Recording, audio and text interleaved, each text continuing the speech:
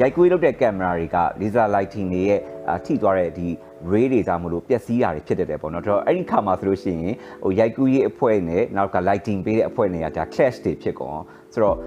ဒီခါမှာအခုအနေနဲ့ယူဆရတာကတော့ advanced planner ပေါ့နော် season နဲ့သူကတာဝန်ရှိရလို့ကိုယူဆတယ်။ဘာကြောင့်လဲဆိုတော့ဒီ events လုပ်တဲ့သူကနေပြီးတော့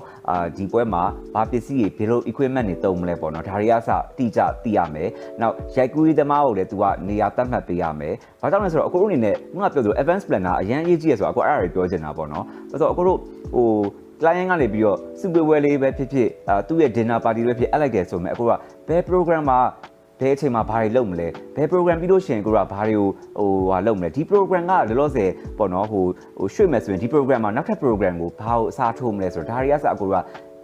plan တွေလုပ်ထားမယ်ပေါ့နော်ဆိုတော့အခုန laser light ကိုဆက်မယ်ဆိုလို့ရှိရင်အခုတို့ဒီခုနလိုရိုက်ကူးရေးသမားကိုကင်မရာကိုပေါ့နော်သူ့ကိုကင်မရာဘယ်လောက်ထိပဲကင်မရာနေရာကိုယူမလဲပြီးလို့ရှိရင် lighting သမားကိုလည်း laser light ကိုသုံးမယ်ဆိုလို့ရှိရင်ဘယ်နေရာထိကိုပဲ laser light ကိုသုံးချပေးမလဲပေါ့ဒါတွေကိုကိုက check set ပေးရမယ်ပေါ့ဆိုတော့အဲ့ဒါကလည်းအခုပြောချင်တာဒီ event industry မှာအခုတို့ဒီ event လုပ်တဲ့ planner တွေเนาะ organizer တွေနောက် supplier တွေကဒီအခုတို့ဟို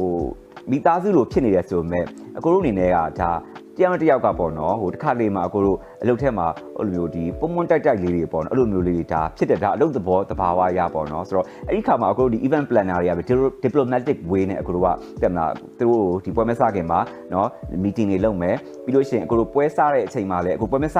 ခင်ကြိုပြီး meeting လုပ်သလိုပွဲနေ့မှာလည်းအခုတို့ပွဲမလုပ်ခင်မှာအခုတို့ကဒီ event run down ပေါ့ program run တာအစားပေါ့နော်သူတို့တေချာ final ပေါ့နော်အဓိကတော့တယောက်ကိုပြောချင်တာ advanced planner တယောက်တည်းတော်နေလို့ advanced ကြီးကအောင်မြင်တာမဟုတ်ဘူးဒီ advanced မှာပါဝင်ကြတဲ့ supplier တွေရဲ့အခန်းကဏ္ဍတွေကလည်းအရေးကြီးရပေါ့နော်